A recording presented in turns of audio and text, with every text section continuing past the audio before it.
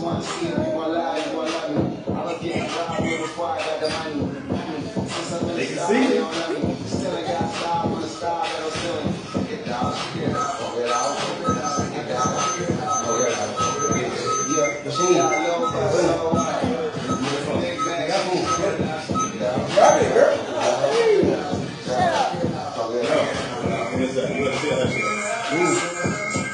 Get up.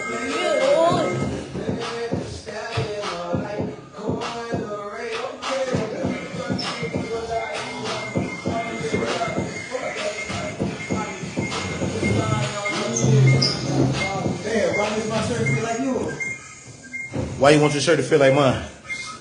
To make my mama cry. She ain't proud. I'm joking. I'm joking. Man, she be going. Good morning, everybody. It's noon here. We're in this lovely place called Miami, Florida. It's my hometown. And I'm here with family. See my niece here in the background.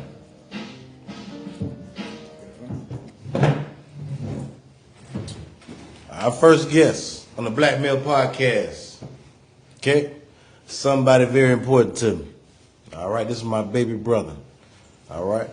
So what we're going to do today, since it's a podcast for the people, I feel like he should tell his story. And I feel like someone's going to get something out of his story because someone has someone in their family that's going through the same thing that my brother is. Okay? So I'm going to turn it over to my brother, and then we're going to ask some questions, and we're going to go from there, and then we're going to roll with it. All right, little bro, it's on you. What's up, podcast? My name's Nathan. I go as Bam to family and friends.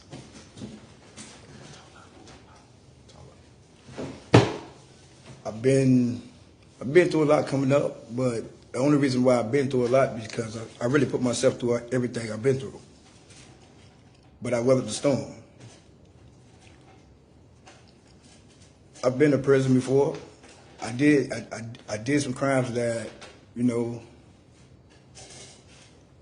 I shouldn't have never got out of prison for. But I got a second chance. With the second chance, I had to get a mindset of what I wanted to do. I knew I didn't want to go back to prison. Prison, it's really not for nobody. It's not for nobody. A lot of people will say that you got a lot of families that actually say, like, you know, I know you safe because you in there. That's not the half of it. You're not safe nowhere in there. You got to do things sometimes, some animalistic things, to survive. Some people don't survive. You can see 5 people walk in with you, but you the only one walk out. You got to keep a positive mindset in there. But it also teaches a lesson, like, yo, you really want this for the rest of your life? You want to keep coming in out of prison? And by me going in at a young age, like, I missed all my 20s and a couple of years of my 30s. Big dog, tell them how long you been away. I've been away about 12 years. What time did you go in? Like, what age did you go in? When I went away at like 19 and a half, 20. So you just barely getting out with what people would say the high school age. Yeah. To start your adult life, and you had a whole nother life you had to live. Yeah. So how did that make you feel? You know, after sitting there and thinking about it, it's like, damn. It was like everything I could have had. Like, I was on the right path. I was in school. I played sport. I played basketball, football, baseball. We played soccer. It don't matter. But you ain't better than me. Well, you ain't better than me. Still, right now, you still ain't better than me. You ain't seen it yet, man. But you still ain't better than me. I got much. I got the shit, dog. Okay. I got you. I got shoes too. All right. Okay. This is the street right outside. It's most definitely. Okay, definitely. We can race too. No, we can do this. I got you. We can do all that. Well, you know, prison taught me a life lesson. You know, I don't want to commit the same. I don't want to make the same mistakes that I made in the past when I was younger. It made me mature. It made me stop taking life for granted. And I stopped taking life for granted when I was 25. I was already in federal prison. And I stopped taking, the reason why I stopped taking life for granted is when my dad passed. That's when I realized that I had to really like think like, yo, I'm not gonna be here forever. So I want to ask you about that. 'Cause I know you were real close to him. You know, the damn now y'all look just alike. So y'all the same damn person. Yeah, for you. Right? So I remember being here. I had went to Tasha's job. Tasha called you, and she said, she said, you said, Adrian, why you home? I said, I ain't want to be the one to tell you. Mm-hmm. He said, I already knew what's up because the chaplain came and talked to you. That, it was, the chaplain had something to do with it, but it was really like, my dad died, 4/20/2016. Mm-hmm. My birthday is 4/15. Right. So it's like, I talked to him on my birthday. The next day, it's like, he told me like, yo, I don't know how long to be here. Mm-hmm. Come closer to home so I can visit you. I told him straight up, man, you ain't going nowhere. Man, you 21, where you going at? Just to keep the positive energy, especially where I'm at. I'm in the United States Penitentiary. Mm-hmm. A person get news like that, like, a person like that, like, I could have had a mindset like, you know what? I'm gonna make my life worse than what it is. Mm-hmm. I gotta make them suffer too, because they don't get to see me no more. Mm-hmm. So I didn't take the aggressive route, kept a cool head about it, but it made me open my eyes. Mm-hmm. So I got a lot of compassion, and I'm open-minded to a lot of things that I was closed-minded to back in the past. Mm-hmm. I can say I'm mature.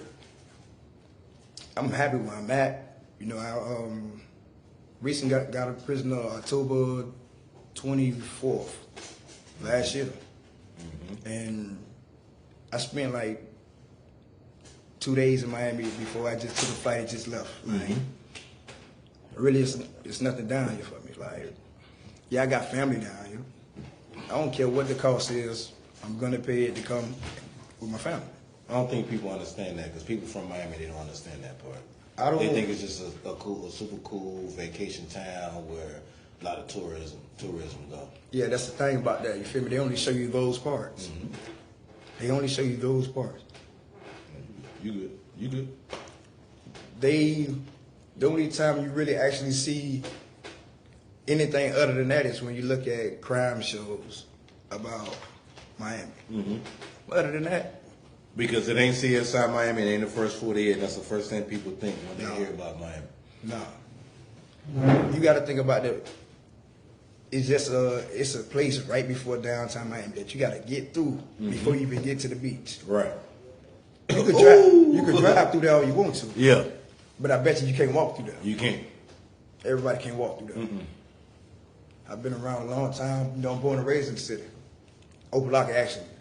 Moved to the city, moved to Homestead, Florida City, Perrine, Goose. I'm all over. I go everywhere. But,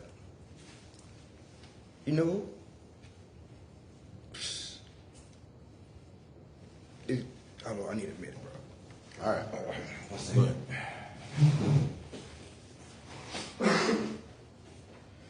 All right. We're going to give my brother a little bit.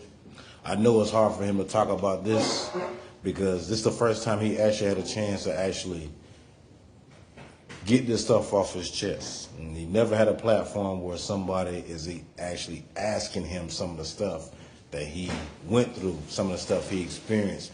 I mean, his whole 20 years were gone. A lot of us, when we get in the age of 19 to 30, we've experienced a lot of stuff. Children, you know, marriages, all kind of stuff. He didn't have that. He had a whole nother experience. And now that he's out, now he's having to readjust to like civilian life, if I want to say, for himself. And I know it's hard for him. But, you know, I mean, he got family. We all here for him.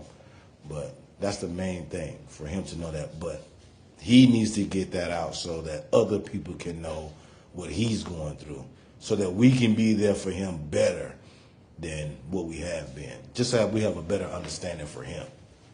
Okay?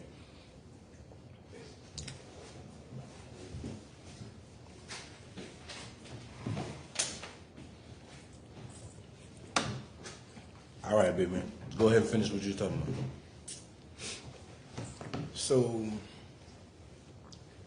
I want to say, let's go back to, I'm going to actually say what my actual crime was. Because you have people that want to know, but like, it's like, they say they don't want to invade your privacy, but they do. With me, it's not privacy. If you ask me, I'll let you know. If you know. I'm not finna run from you. I'm not scared to stand on my own 2 feet. I'm not gonna call a crowd with me. You know, it's just one man army. I don't even call my family. Hey man, I got a problem. We ain't gonna do that. They'll know after it. So, to the things that led up to me going to prison. I was in Miami, and I was involved in several armed robberies, a couple of shootings, but the main thing that the feds wanted was the guns. And by me hanging out with old, like guys that's a little bit older, because honestly, I was looking for like somebody like a street family. Honestly, I wanted to be with, in particular, I wanted to be with the Bloods. That is where I went. So it's like all the guys, they just took money, they win. You feel me? It felt like I was loved on the streets, so I spent more time on the streets than I did at home or in school. I had everything I wanted. Yeah, you did. Dirt bikes. Yeah, you did. 4-wheelers. Super spoiled. Super spoiled. Video, Super spoiled. everything I wanted I had. So, it was an armed robbery in December, which is one of the worst months to commit an armed robbery. Why is that? It's Christmas, man. It's holidays. Definitely. And another thing about that, before you think about committing that crime around the holidays, you might be outside and just be like, man, everywhere I just went today, man, I ain't see no officers out here. But the whole time they out there, undercover, they watch you. You may think they ain't watching, but they watch you. And I had an armed robbery in, what was it, Miami Beach, that I got connected to a 2-week spree on tourists through co-defendants. And yeah, it was 3 of us. With the armed robberies on Miami Beach, I want to say it was like 4 of them. It went from that to petty robberies. Like, you go in the stores, people hard earn money. We just we don't care, we kids. Right. It ain't no biggie. That's what we think. It ain't no biggie, but it is a biggie. Cause as kids, all we really see is just the regular city police and all this. You don't think, man, the feds, man, we ain't worry about the feds. Nah, you need to worry. It's something to worry about. Right. They for real. They not playing with you at all. I was first time offender. I got sentenced to 32 years in prison.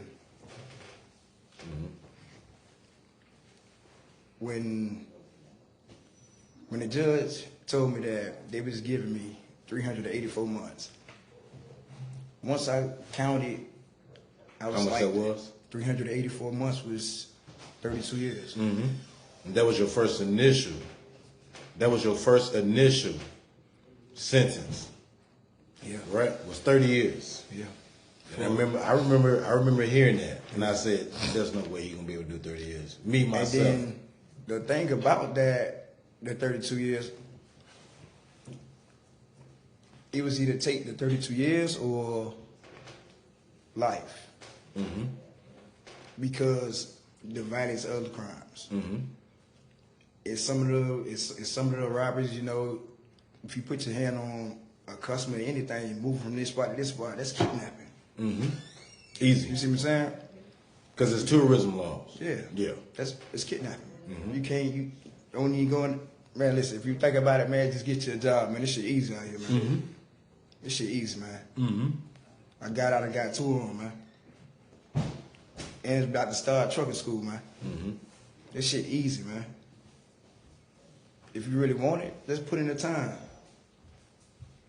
So tell everybody what it was like on a daily account, or like your mindset being behind that wall, especially when it comes to like stuff like birthdays and holidays, stuff that you used to that you don't have access to no more because you're in a box. With that being said, like that, you know, my mindset in prison is I got to think for others. Mm-hmm. Not only do I got to think for myself, but I got to think for the others. So I got to have a bit of patience. I got to start talking properly. You feel me? Just I don't want to come harsh to a person, because if I even feel it in your tone, I'm gonna get mad. Mm-hmm. I'm gonna beat you mad, and yeah, it ain't gonna be right. Mm-hmm. It ain't gonna be good for you. So I try to treat everybody I come across with respect. Mm-hmm. You cross me, I cross you. Mm-hmm. Simple. If I feel like you cross me, I'm most definitely coming for you. And you think that's because of your upbringing or because of that time in prison? It's because of somewhat of the upbringing, because by me moving from, I said back that born and raised on the block, mm-hmm. moved to Liberty City. Mm-hmm. All these little hoods I've been to, it's nothing but violence out there. Mm-hmm. I'm in the streets. I was on the porch at 15, mm-hmm. but I was still going to school. Mm-hmm. But when you out there in the streets, man, the streets take over you. Yeah. I don't know, man. Listen, the stronghold is hard, man. Mm-hmm. Some people make it, some people don't. Mm-hmm. I made it in a sense, but I made it from here. Mm-hmm. Do you feel like you being in the streets all those times has like given you like an advantage of how to like navigate through some things because you had to experience some stuff that a lot of other people never had to? Yeah, it gave me a lot of skills. It gave me, like, in prison, what I can say is, if you want to trade, you can take it in there. Mm-hmm. But you got to want it. Mm-hmm. They'll post it on the bulletin board, but mm-hmm. they're not going to hold your hand and make you take it. But if you want to better yourself, you got to put in the work. Like, I got my GED in prison. Mm-hmm. Which, at a time when, if I was on the street, I should have got my high school diploma. Mm-hmm. Should have been in college. Mm-hmm. Should have been on somebody's sports team. Right. Should have been living a life better than what I got now, but, you know, I'm going to make it work. Mm-hmm. But, you know, I took a couple of trades. I studied, I did a little training, HVAC. Okay. For those who know me, know I cook. Mm-hmm. It's kind of like, man, if you show me this skill one time, I pick up on it. Right. And then I'm gonna work on it. Right. Then I'm gonna work it till I get it. It's manageable. Right. So I kind of use, like, for instance, with food service, the skills that I had in there, which was, you know, open grill, flat top, fry. I used that and got my first job when I got out of prison. Mm-hmm. The first job I ever had in my life was, I was in my 30s. Mm-hmm. And yeah, it was a good job. It was a good job. Was it hard when you had to look for a paycheck as opposed to when you was getting that fast money? Like, it was hard to like start to like get used to that because you had to wait till like a certain point where it was done, but that fast money, you can hit it right now. It was kind of, at first I was thinking like, yeah, I need like it got to be something faster than this. Like the way I work on the streets. I might open the restaurant up and close it, and do that 3 days straight. It still work my regular shift. Spend that much time and just to perfect everything, get to knowing everything I need to know. With how should I see it?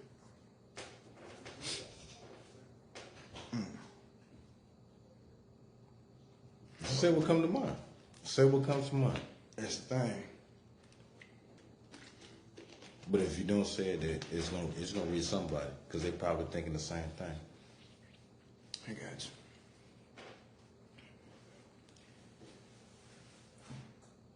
The skill sets. Like I said, I took HVAC, food service. You know, I got me a job, you know, Carolina Eye House, corrugables, you know. My first thing getting out, I was thinking like, damn, I have to get a job. I can't just go back to the streets. I got out of prison. I ended up doing like about 11 years.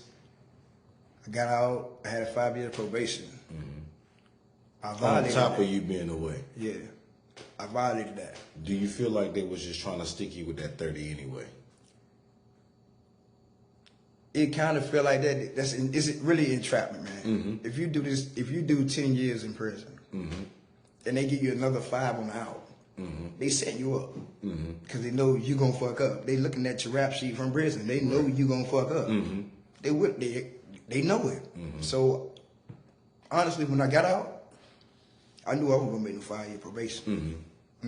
That's why your PO at that time was give you the hard time like he was. Yeah, but really, after a while, I just stopped giving a fuck. Like, man, I'm gonna go ahead and, in order for me to get to better money and move around better, I gotta get away. And getting away as far as like getting away from the system, like, it's like they'll call, I stop answering. They like who? See them? They like who? You say they like who? Yeah, they like who? Oh, the probation officers, you know. I had 2 probation officers. You know, they try to tell me, oh man, I'm just like a mental health resource officer, but the whole time you're really a gang officer. You're right. Because that's the same thing your boss told me, but then he came back and he'll tell you that, yo, you got a gang officer, man. It's certain areas you can't go. And if you go and we find out, I'm gonna violate you. Right. Now, I remember us talking about that when you first got out, when you went to Carolina Ale House, when you first got that job. I know you was excited because you had something to do, so they kept you busy because you had been sitting down for a while. And then now, like, you out and you moving around and you're able to do some things that you wasn't able to do before. So talk about that. Talk about when you first got out and you first felt like I can move around, I can be home. Well, not just home, but I can be outside on the other side of the wall. And now I have to, like, start getting some shit together. It was like when I first got out. When I got out from doing over 10 years, like consecutive, coming out to everybody moving fast. If you're in prison, you know what shit go down, man. You know they hit the deuces. You hear keys jiggling and shit. Every time I heard keys jiggling, I'm looking around like, what the fuck? What the fuck everybody running for? Whole time a person just be walking to their car. It's just a little paranoid. There's some things that I still go through from prison. So you're conditioned to hear certain things. Yeah. They're like your body clock too. Yeah, I got a mental clock. Every morning, I get up at 4:30 in the morning, and I'm up. Because that was call time. Time to get up. You got to get up first. You got to be the first one to get up. You don't want nobody to come in and bring your move. Right. It's kind of like still like that. I'm always up. Yeah, sometimes I got to get away. Sometimes I get away to not alarm the people around me. Like, yeah, some stuff going on in my head that came from prison that I didn't have before. Prison fucks up the mind, for real. But In what way, so people can understand how that is? Because some folks would think if I get locked up for a week, I did some time. But you and some other people have done some serious time, like you and Lil Zo and some other folks that you allowed me to meet. yeah, with that, it's like, man.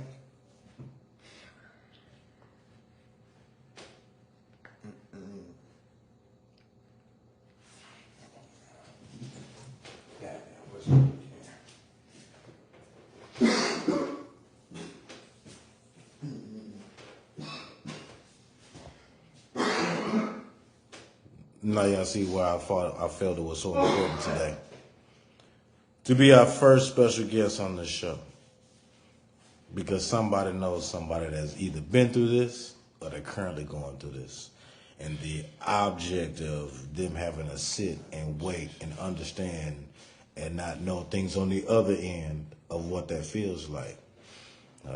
It's very personal for me. So I'm gonna cover some things while he's taking a break. So when Bam was born, I was 14 years old. Ever since Bam was born, Bam has been with me. There were some times when people thought Bam was my kid, and he wasn't. He was my baby brother, you know. So everywhere he went with me. He was always in my room. He did everything with me. Anywhere I went, he was with me. So that's one thing that we have. One thing with him being who he is, there's a major difference in him from where he was to where he is right now. Those who know him knows that he was really wild, really live, you know, a real street dude. And now to see him like this, he wouldn't have been, because me and him at one point, we wouldn't be able to sit down next to each other, because I know him better than he think I know him. But he's still young. He's a young gun. But the young guns can't mess with them old heads, because you can't put a young head on old shoulders at all. And vice versa. So the main thing for him is to know that we do love him. We want the best for him, but we want him to do it in a way that it won't send him away, because the other side of him telling what he went through is the stuff that the family goes through. So when someone goes to prison for a while, there's a lot of worry and a lot of strain on the family. And, you know, that's your loved one. You want to make sure that they're okay. You always want to make sure that's safe. But anybody that's ever been locked up, you know that as soon as you cross that threshold, you're in a dangerous situation.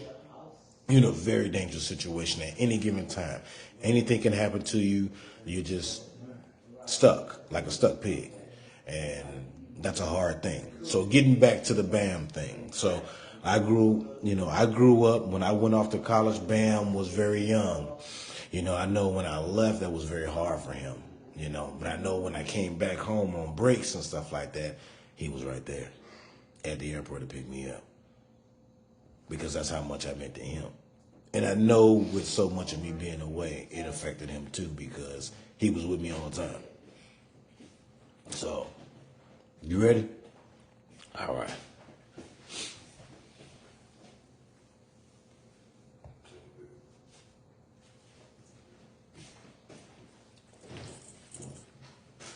All right, let's get back to Carolina House.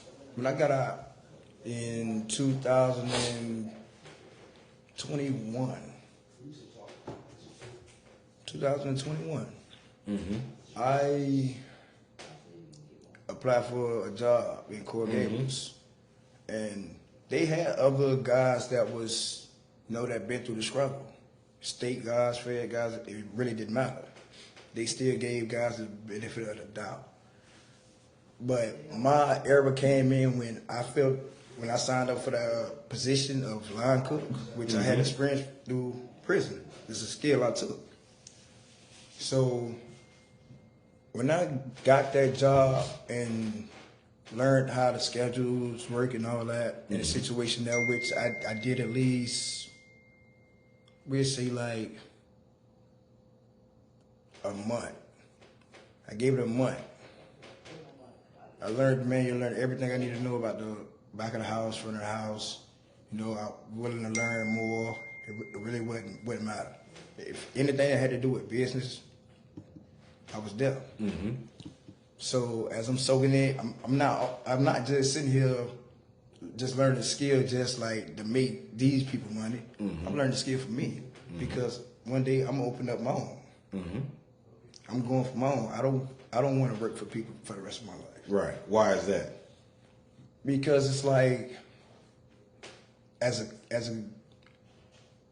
a felon, we only have certain opportunities. And I want you to point on that because you and I both know some felons that the only opportunities you have are slim to none. You know, it's a crabs in a bucket idea, and it's like the first man to it is the first man who get it. Tell me about that situation for you, like when you try to come back out and you try to get something real simple that people who've never been in take for granted. Like, I wouldn't even say just voting. I'm just saying just like going to get a regular job or trying to get like an apartment or just something like that. Talk about that for a little bit. Like I say, you know, the job scene, some people ask, hey man, you been to jail before? Some people just like, no, I ain't been to jail before. I tell you, man, hell yeah, I've been to jail before. Hey, listen, man, it ain't nothing nice, man, don't go, man. Right. Hey man, what I asked for, yeah, it was violent, dog. It was a violent crime. So it became, okay, if you're hired, you know, we'll call you back later on today. They'll hit you with the, you know, the spin around. Instead of just telling like, hey man, I don't think you fit this job right, or due to your record, man, you can't work here, man. I'm sorry. Have you been in a situation like that? A couple of times. A couple of times. Okay. But I didn't let it stop me or hinder me. I kept going. I kept trying. So it's probably like one job that I wanted that I couldn't work because I was a felon, then with the pay, but I'd rather work 2 jobs and get more than that pay and some. Right. To stack up. Right. So, like I said, I ain't let that type of stuff hinder me. I just kept pushing. You know, when I got on, I got in, and shit. Any of my dogs wanted the job, guess what? They come to work with me. They come to work with me. But you always been like that. Yeah. Because you used to take our snacks out of our house and get to the neighbors. I did. You did. Oh, them niggas got to pay for that. No, it's too late now. One of them locked up for a long time, not for life. Shit, he needed Well, goddamn he got his own. commissary. No, he got his own snacks. He got to worry about now. But yeah, he used to take our snacks out the house and get to the neighbors next door. Damn. Yeah, he did. You did. You probably don't remember, but you did. Man. Yeah. Man, why you ain't get me, man? Hey, man, look. Hey, You let was me get already me. out the door. Man, shit, you ran track. I know, but you was already out the door. Man, you the fastest one on the You street. turn around and I look at the next thing, you next door. Shouldn't ever take my You ass. ask mom, she'll tell you. Yeah, I don't remember that shit. Yeah, bitch. she'll tell you. Because she even told you. She even told you, don't be taking my damn shit out of here to them people next door. Damn, I used to be that guy. Damn, I had a good heart then, The poor, super hard. Man, that shit over with. That shit over with. Even then, I gotta go take it to my friends. Your damn friends. You don't know them niggas like that. I know they is my friend. But that was, you know what it is? That was your way of trying to get to know them. So that was, you know, Yeah, you gonna but take then- them something, and the next thing you know, That's coming up as a gullible ass jit for real. right? Everybody, You didn't know all nothing. my siblings, they older than me. Right. So if everybody in school and them coming up, it's like, damn, what the fuck? Yeah. You by Then yourself. you you by You yourself. feel me? You go to school. You know, they try to teach you the proper way of talking to people, try to make friends. You feel me? But man, you do what you do to make it for real. It's damn, boy, you hit me on that one. I did. I'm starting to remember Now that. you remember? Okay, I'm gonna tell everybody. So, Mama go remember this too. So, you used to go to Rainbow Park, and they wondered who this little boy was with the janitor. So, Bam will go to school. Mama drop him off to school. He'll go to school. Act like he going to class. Oh, he would never go to shit. class. Hey. Bam will be out there with the janitor. They Hey, ask I know somebody that do that shit right now. I'm trying to tell you. I probably God she do it right now. You do. That was you. You did that. Hey, she You do that did shit that. right now, You man. did that. You did that. Damn. You did that. Then you talking about that. You want to go back when you was in pre-K. When you was in pre-K, you went to Wanda's and Braxton's Pink and Blue School. Yeah. You remember that? Yeah, You remember that? Opelika, you remember that? Yeah, right on 22nd. Right. Yes, sir. Yes, sir. Yes, sir. So when you used to go there, that's when all that happened. That's when all that started. So the being, as you say, gullible and all this other stuff. I like what you said that your siblings was older because it's different when you got a brother that's 14 years older than you. Your other brother you got, 10. Yeah, you got a sister that's older than you, and you the baby. Yeah, So like, yeah, it is hard for so, you. in other words, what they would say is, "Oh, you got an older family, so I'm an old man, baby." Pretty much. My old man, baby, got an old soul. Right. But man, it's been hard, but I made it. Right. I made the best of it. Right. For right now. For Where right do now. you see yourself in, I won't say 5 years, where do you see yourself in the next 2 years? Because 2 years will be here before you know it. Shit. That's next 2 years. Mm-hmm. Next 2 years. Confidence. I want to have a couple of LLCs. Okay. Why is that important to you? I want to start a couple of businesses for the future. Okay. You know, I don't have kids that came from me. You see what I'm saying? I want that. Eventually. You know, I'm willing to build, wait, however long it take. But I'm gonna make sure that I go out there and get it now, so I ain't gotta get it later when the time here. Right. I don't want to have to paycheck to paycheck. I can't do it. It's hard. Yeah. I did that like as soon as I got out, like paycheck to paycheck. I couldn't. That ain't living, man. Yeah. Because before you know it, the money gone. Our mama retired when she was in her early 50s. And had to go back. And she went back because she was bored. But she was retired, full benefits, retired. You think about that. And you got a lot of motherfuckers who won't get off their ass and just do the basics.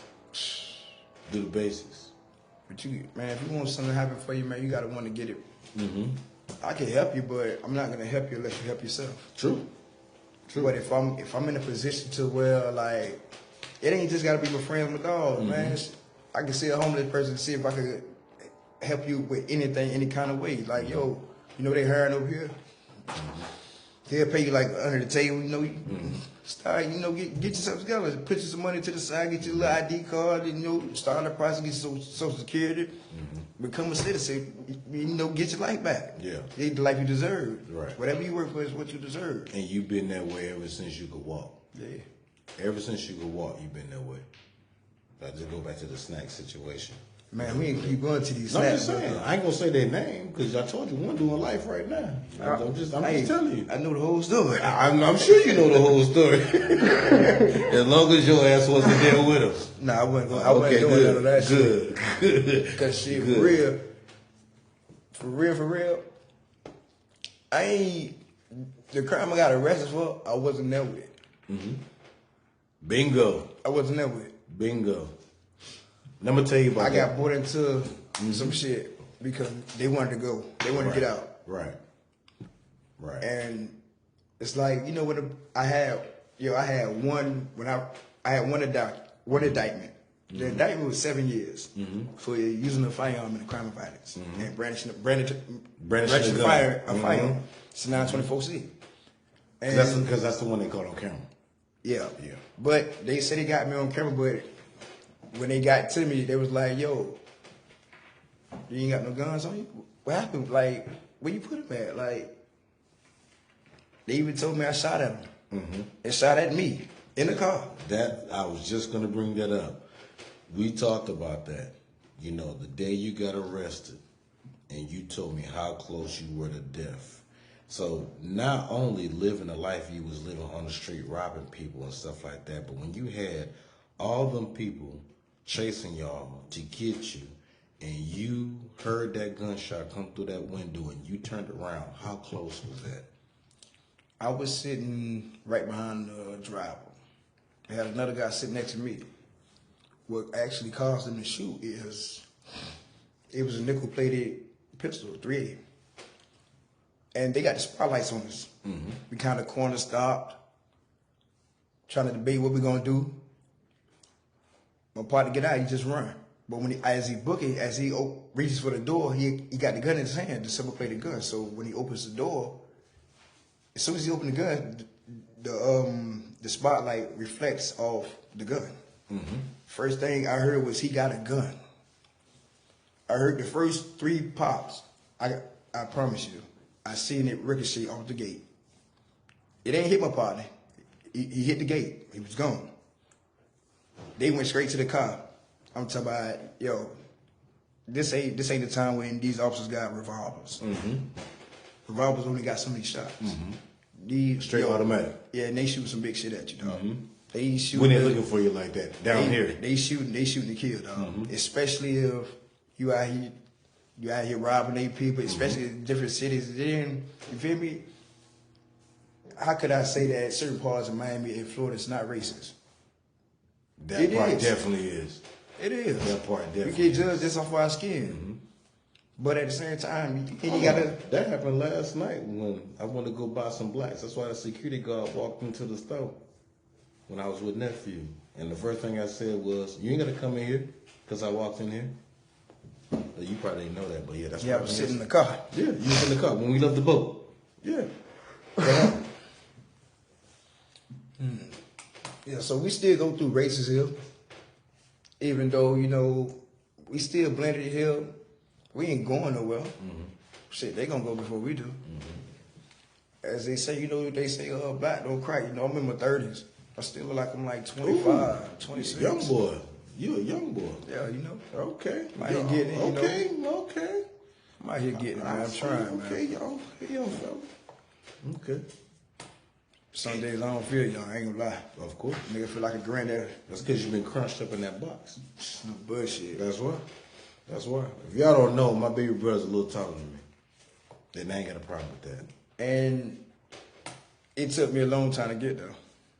Because I used to always just look up to him. I know. Yeah. For a long time. Everything I did, you was right there. Still? Yeah. Still chop it up. Might be a little distance when I was in prison. See, in prison, I try to, not call the family. Because if I don't call, I won't think about what I'm going through. Right. Find other ways to cope.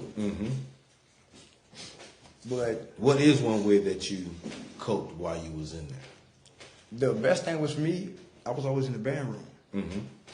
I ain't got to have nobody in there with me. I'm good. I'm fine by myself. I just needed to find my peace. That's what I call finding my peace. I'll do something that I like to do. Or I might just go and leave it, just go sit in the park and just chill. I don't desire or require a person to be right there. It's like being in a box. Sometimes you're not by yourself. If the place is not too crowded, you might get yourself by yourself. All you got to do is just think to yourself like, yo, sit there. I ain't gonna say talk to yourself. You could just thinking out loud. Write your plans down. So being in a situation like that kind of gave me patience. That much time gave me patience. Good. But guess what? I had to wait to get out. I couldn't get out when I wanted to get out. If that was the case, I wasn't going in. True. Man, we know what that mean. Yeah, I wasn't going in. We know what that mean. But let me get back to this part about the night of the shooting incident. I was behind the driver's seat. As my homeboy, he run out of the car. They shooting at him. Then they start dumping in the car. Bro, I'm sitting. I think I was like 6 feet or 6'1" then. I was sitting in the back seat. So, I'm kind of I sit high. My head was pretty much over the headrest of the driver. And not the driver, the guy is by 6 feet, 5'12". He's not a short guy. Right. So I like how you use that. Yeah. I think you heard me say that yesterday. Yeah, I heard something. Yeah. That 5'12". Yeah, you slick. Nah, So it was like after I heard the gunshots, I'm looking straight ahead. I'm not looking back. I ain't trying to see where they coming from. Cause at the end of the day, I know where you're coming from. Mm-hmm. But the whole time, it's a gun in the car. Mm-hmm. But another gun just left. Right. But there ain't no gun back here. Right. I'm just sitting in the back, just chilling. Mm-hmm. They They don't just got know. that spotlight. They just got the spotlight, but it's 6 police cars behind us. Right. But out of the 6 police cars, you got 4 officers firing shots, saying that somebody shot at them. Right. And guess what? Somebody that shot at them, guess what? It was me, supposedly. They did the GSR test. I ain't got no gunpowder residue in my hand. Who shot at you? So that night, it was really like, it really made me say, you know what, man? Fuck the world, fuck everybody. Because you felt by didn't- yourself. Yeah, exactly. But at the same time, I ain't never have a thought like, I'm going to jail. I was taking the other route. Like, nah, I ain't going. My dad used to always tell me, like, yo, you better stop what you're doing or you're going to end up dead in the jail. I told him, man, I ain't going to jail, bro. I'm telling you, nah. Not me. Because you already made your mind up at that time. That was Because you know what you were made doing. up. Yeah. Right. Like I say, I don't hold my family accountable for my actions. That was on me. My nephew, he was asking me like, yo, what kind of mindset did you have back then when you were doing everything you were doing? Straight up, I ain't give a fuck. Right. I ain't give a fuck. There's some other stuff that happened in between that we ain't gonna talk about that pushed you to that. Yeah. That made you make those decisions. Kind of like the same reason why a lot of people in Miami do the crimes that they do, because it's high as hell to live out here. Ain't nobody got no jobs out here, and the jobs they got ain't covering what they covering. So it's not an excuse for what they're doing, but there's a reason behind what they're doing. You know, and that kind of like brought them to you. You know what I mean? Man. Now that you think about all that, and you got all that off your chest, and you really have to really recollect of everything, what is it that you want people to remember of you? You know, people make mistakes. But I don't think that every time a person come around, especially your family, I don't think that you should sit there and just throw everything they did in the past. You gotta look at what they're doing now. Right. Judge a person for what they're doing now. You knew about their past character, but people change. People change for the better, people change for the worse. But don't sit there and be like, yeah, he used to do this, so I'm gonna watch him and do this.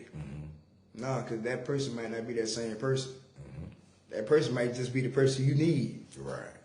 But by you always counting a person out, you make a person feel like they're not wanted. Right. Or worth it. Yeah. So nowadays you got some people smoking themselves. I'm not doing it. Right. I'm not doing it. Right. Dude, I'm not doing that like that. I don't care what you heard, who told you some shit like that. You hearing it from me. I'm not going out like that. Yeah. No, we ain't going out like that. Yeah. I'm gonna go, you feel me, old age. That's about the only thing, but I'm too young. I'm too young to go in pretty. I can't go. I ain't Too gonna say young. pretty. Yeah, I you ain't was gonna pretty. say- You was a pretty boy. You always been a pretty boy. You always been a pretty Nah. boy. Yeah. Don't make me ask Mama. She I right ain't over there. nah, Don't make me ask her. She right Go over ahead, there. ask her, because I don't Mama, know that. Bam always been a pretty boy, huh? See? She said said what? it. She said right. Hey, no, listen, She Mom. said it. She I said it think- right there. you She see, said I right. think you're gonna always go with him because he the firstborn. You can't keep doing that. You got to go for the baby sometime too. She been going So, for you. You was spoiled as You hell. supposed to say 50-50. Dog, how you 13? You got a grown man ass dirt bike dog in the shed. Bro, because Not one that you stole. Yeah, you know what I'm talking about. The Not one, 250. yeah, not one you But- stole. You got dirt bike, ATV, all that shit. Come on now. Moped. Everything. Come on, Road dog. bikes. Come on, dog. Come on, dog. Shit, I was driving a truck at 15. Shit. So that tell you right there. So Yeah. who's jealous of who? You look at the life I had to live. Now look at the life you live. I was jealous of you. You jealous of me for what? Yeah, man. You want to switch I ages? ain't gonna say Do you want jealous, to? Do you want to switch but- ages? Shit, let's go. We're gonna switch everything. Come on. Switch Like, everything. Yeah. That's a lot. Scenery. Go ahead. You go this way. I'm gonna go this way. you see how this is for a week, I'm gonna see how this is for a week. Then you feel me? You really want to do that? Yeah. You want to do that? You want to do it for a month? She little month. Okay, we can do that. I done did way worse time than a month. So. True. True. I'm trying to move around a little bit. True. I got you. So we're gonna wrap this up. So I'm gonna ask you one more last question. What do you feel is the biggest thing? And you may have talked about it a little bit, but I want to drive this point home. What is the biggest lesson you have learned from your 20s, being locked up, going through what you went through, to being right now? What is the biggest lesson that keeps you outside? Because it's going to be a struggle every day. I know it's a struggle for you every day because sometimes we revert back to things that we're used to because we're used to them. You know, it's easy for us to go back and do that. What's the biggest thing that keeps you grounded? I know that if I don't come out here and work for myself, what it's gonna lead to. Mm-hmm. Not to say that I'm scared of what it's gonna lead to, but it's gonna be scary. Mm-hmm. I don't never want to have my back against the wall. Right. So in order for me not to do that, I feel like I want to open up a couple of businesses. Mm-hmm. You know, I'm gonna continue to work my 2 jobs. Mm-hmm. You know, I'm gonna continue to provide for my family. You know, have a good time. You know, vacations, travel. You know, just see different things, man. You feel me? I've been in Miami all my life until I went to prison. Now I'm in a whole other state right now. Right. It's cold as hell. Yeah, but ain't no place like home. No, ain't no place. Ain't no place like home. Ain't no place like home. It don't matter where I'm at in Miami. I can go anywhere and sit down and chill. And be happy that you're here. And happy. And people that are not from here don't understand that. They understand that. They scared. They be scared for you where they from, but you be like, oh, why you doing this? Why you doing that? Like, I'm just happy I'm home.